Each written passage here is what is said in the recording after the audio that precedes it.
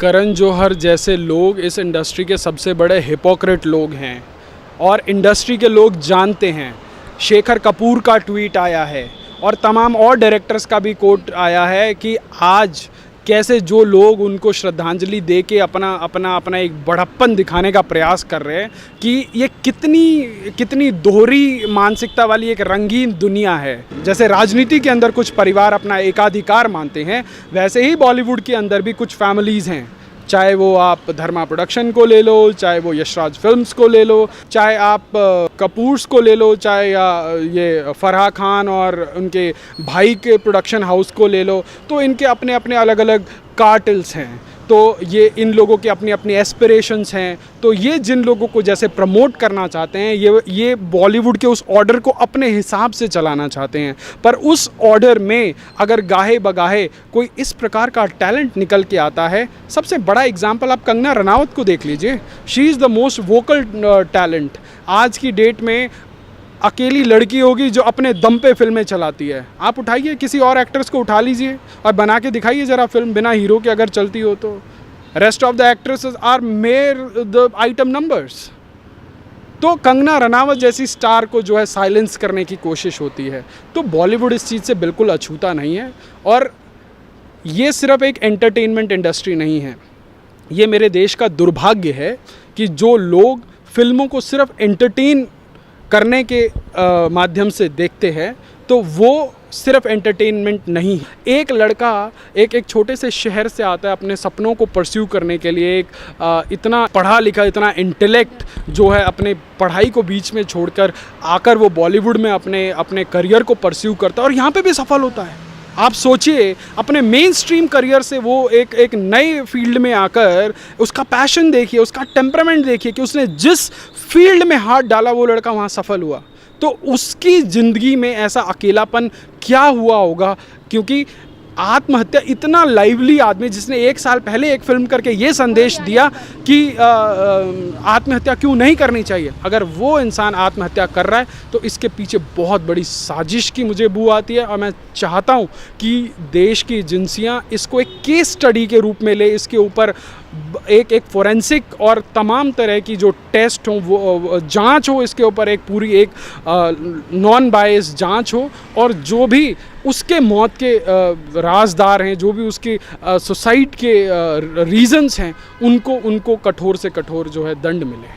धन्यवाद sir. Thank you sir, हाल ही में Bollywood actor Sushant Singh Rajput ने अपने घर में, आपने देखा कि आत्महत्या कर ली। तो आप क्या मानते हो इसकी वजह, जिस तरीके से बॉलीवुड में भेदभाव होता है, इस बात को लेकर क्या कहना? देखिए, ये भाई भतीजावाद और ये नेपोटिज्म बॉलीवुड अछूता नहीं है।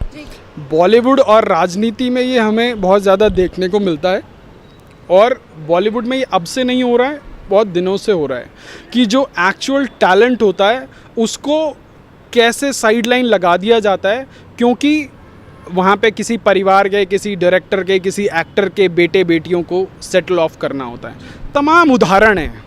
और आज की डेट में अगर कोई सेल्फ मेड एक्टर या सेल्फ मेड एक्ट्रेस उन चीज़ों को लेकर वोकल होता है, तो उसको कैसे, जो स्टैब्लिश्ड एक्टर हैं, मैं नाम नहीं भी लूँगा तब भी लोग समझ जाएंगे, कैसे ऐश्वर्या राय का करियर समाप्त हुआ, कैसे विवेक ओबरॉय का करियर समाप्त हुआ, कैसे हाल में ही अरिजीत सिंह का करियर समाप्त हुआ।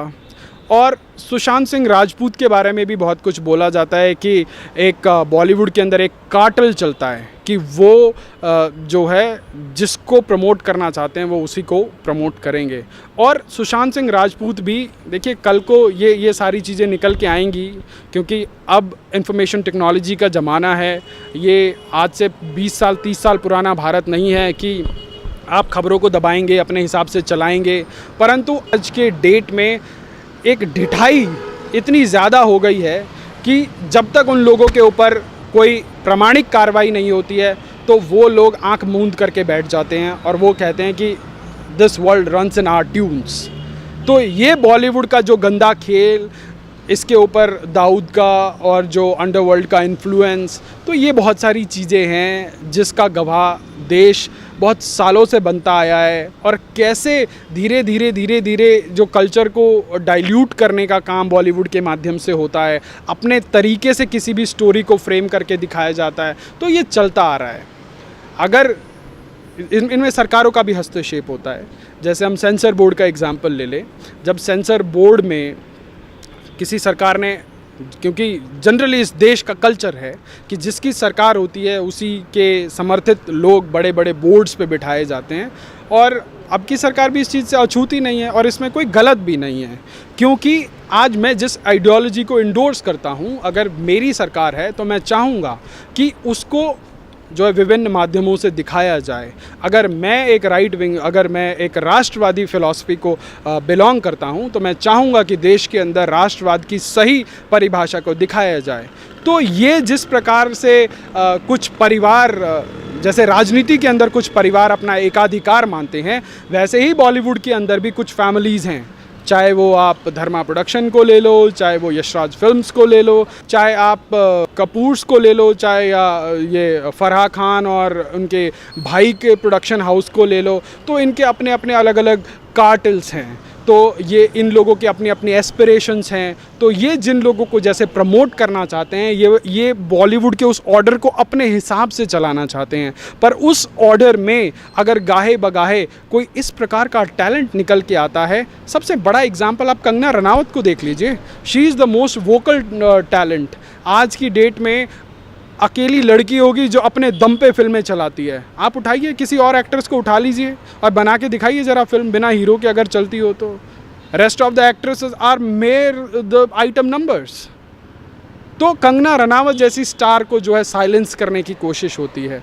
तो बॉलीवुड इस चीज़ से बिल्कुल अछूता नहीं है, और ये सिर्फ एक एंटरटेनमेंट इंडस्ट्री नहीं है, ये मेरे देश का दुर्भाग्य है कि जो लोग फिल्मों को सिर्फ एंटरटेन करने के माध्यम से देखते हैं, तो वो सिर्फ एंटरटेनमेंट नहीं है। सर, अभी आपने कंगना रनावत का नाम लिया, तो कंगना रनावत ने भी अभी जैसे सुशांत सिंह राजपूत की डेथ हुई है, तो उसको लेकर भी उन्होंने एक वीडियो पोस्ट किया। उसमें उन्होंने कहा कि जिस तरीके से बॉलीवुड में भाई भतीजावाद होता है, और जैसे सुशांत सिंह राजपूत की कई सारी फिल्म थी जिसके बावजूद भी उसे कोई अवार्ड नहीं दिया गया, और गली बॉय जैसी उन्होंने कहा कि वाहियात मूवी है, उसे 50 तरीके के अवार्ड दिए जाते हैं, और जहाँ इतनी ज़्यादा पिक्चरों से ज़्यादा प्रसारित, मतलब ज़्यादा पसंद किया जाता है भारत में, उसके बावजूद भी उसे कोई अवार्ड नहीं दिया जाता। देखिए, ये इस देश का दुर्भाग्य है। आईफा जैसा प्रतिष्ठित अवार्ड, जस्ट बिकॉज कि जो आईफा का sponsor, sorry Filmfare, not Filmfare, I guess Filmfare का जो स्पॉन्सर है वो उस पर्टिकुलर फिल्म का प्रोड्यूसर भी है, तो सारे के सारे अवार्ड आप उसको दे दें, और एक ऐसे गाने को जिस गाने के शब्द भी इतने अजीब से हैं कि आप उसको फिल्म फेयर का वो दे दें, अवार्ड दे दें। तो ये दुनिया के सामने बहुत खुले में ये बोला गया, बताया गया कि यहाँ पे जो ये अवार्ड्स हैं ये बिकते हैं, यहाँ पे टैलेंट की कदर नहीं है। यहाँ आप राष्ट्रवाद के मुद्दे पे फिल्म बनाएंगे तो यहाँ पे वो फिल्में नहीं चलेंगी, परंतु आप बेसिर पैर की फिल्म बना दीजिए, वो 500 करोड़ का बिजनेस कर लेंगे, क्योंकि फलाने भाईजान की फिल्म है और वो ईद पे रिलीज़ होगी और पूरे देश में ब्लॉकबस्टर बना देगी। चाहे उस फिल्म का ना सिर निकले ना उसकी कहानी का पैर निकले, पर वो भाईजान की फिल्म है तो चलेगी। तो ये हमारे देश की आयरनी है, और ये सो कॉल्ड सेलिब्रिटीज़ इस पूरे देश की एक स्पेसिफिक जनरेशन को इन्फ्लुएंस करते हैं। जब इन्फ्लुएंस करने का मतलब होता है कि आप उनके हर चीज़ के इन्फ्लुएंस में आप भागीदार हैं, तो आप इस देश से नाम कमाएंगे, इस देश से दाम कमाएंगे, इस देश में शोहरत कमाएंगे, फिर उसके बाद बोलेंगे जी मुझे इस देश में डर लगता है। अरे भाई, अगर आपको डर लगता है इस देश में तो आप चले जाइए ना इस देश को छोड़कर। आप इस देश से बाहर जाते हैं ना, अमेरिका के एयरपोर्ट पे पहुंचते हैं ना, तो आपके एक एक कपड़े उतार के चेकिंग करी जाती है कि इर्रिस्पेक्टिव ऑफ कि आप इंडिया में क्या हैं, क्योंकि आपके नाम के पीछे जो इतना बड़ा टैग लगा है ना, आपके कपड़े उतारने के लिए वो काफ़ी है। परंतु उस सोसाइटी के लोगों को इस देश में बड़ी सफोकेशन होती है जी।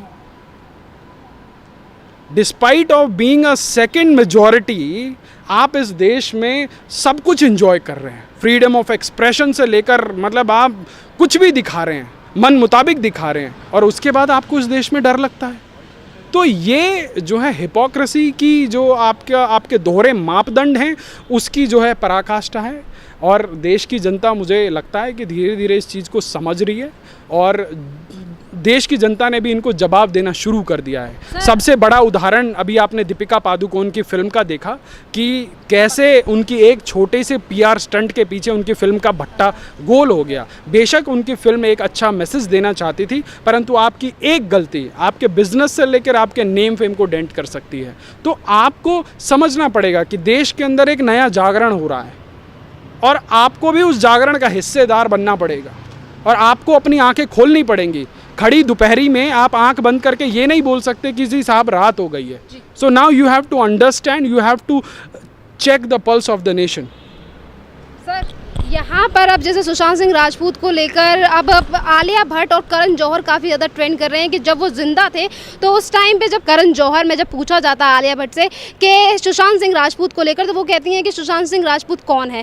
और यहीं पर एक इंटरव्यू में सुशांत सिंह राजपूत ने कहा था कि मुझसे करण जौहर ने किस तरीके का व्यवहार किया था और ये कहा था कि मैं सिर्फ बड़े सेलिब्रिटीज़ के साथ मूवीज़ बनाना पसंद करता हूँ। तो जिस तरीके का ये भेदभाव करते हैं कि अगर उनका फैमिली बैकग्राउंड, अगर वो बिहार से बिलोंग करते हैं या फिर उनकी फैमिली से कोई बॉलीवुड में नहीं है, तो क्या इस तरीके का व्यवहार करना। और आज जब उनकी डेथ हो गई तो इस तरीके की पोस्टर डाल रहे हैं कि हम बहुत याद कर रहे हैं। करण जौहर कहते हैं कि मुझे माफ़ कर दीजिए क्योंकि लास्ट दिन मैं आपके साथ नहीं रहा था। फिर इस तरीके का प्रेम क्यों जता रहे हैं? देखिए, करण जौहर जैसे लोग इस इंडस्ट्री के सबसे बड़े हिपोक्रेट लोग हैं और इंडस्ट्री के लोग जानते हैं। शेखर कपूर का ट्वीट आया है और तमाम और डायरेक्टर्स का भी कोट आया है कि आज कैसे जो लोग उनको श्रद्धांजलि दे के अपना एक बड़प्पन दिखाने का प्रयास कर रहे हैं कि ये कितनी दोहरी मानसिकता वाली एक रंगीन दुनिया है। अभी टीवी पर एक एक्ट्रेस इसी मुद्दे पर बोलने के लिए आई थी, तो उन्होंने बोला कि सुशांत मेरा बहुत अच्छा दोस्त था, ये था वो था। जब उसने पूछा कि आप उसे लास्ट टाइम कब मिली थी या कब बात की थी, तो उनको समझ भी नहीं आता कि वो नेशनल टीवी पे आके कैसे बोल लेती हैं, इसके रेपरकशन क्या होते हैं। वो कहती है 2 साल पहले, अगर आप उसकी बहुत अच्छी दोस्त थी तो 2 साल पहले आपकी उससे मुलाकात या लास्ट बात हुई थी और उसके बाद आप टीवी पे आके बोलती हैं कि आप उसकी बहुत अच्छी दोस्त थी। तो ये बॉलीवुड कितना इनसेंसिबल है, कितना संवेदनहीन है, ये आपको देखने से मिलेगा। अभी आप देखिएगा थोड़े दिन बाद ट्विटर के ऊपर बड़ी नई नई थ्योरीज आएंगी सुशांत सिंह राजपूत के ऊपर, इस चीज़ को कवर अप करने का भरकस प्रयास किया जाएगा।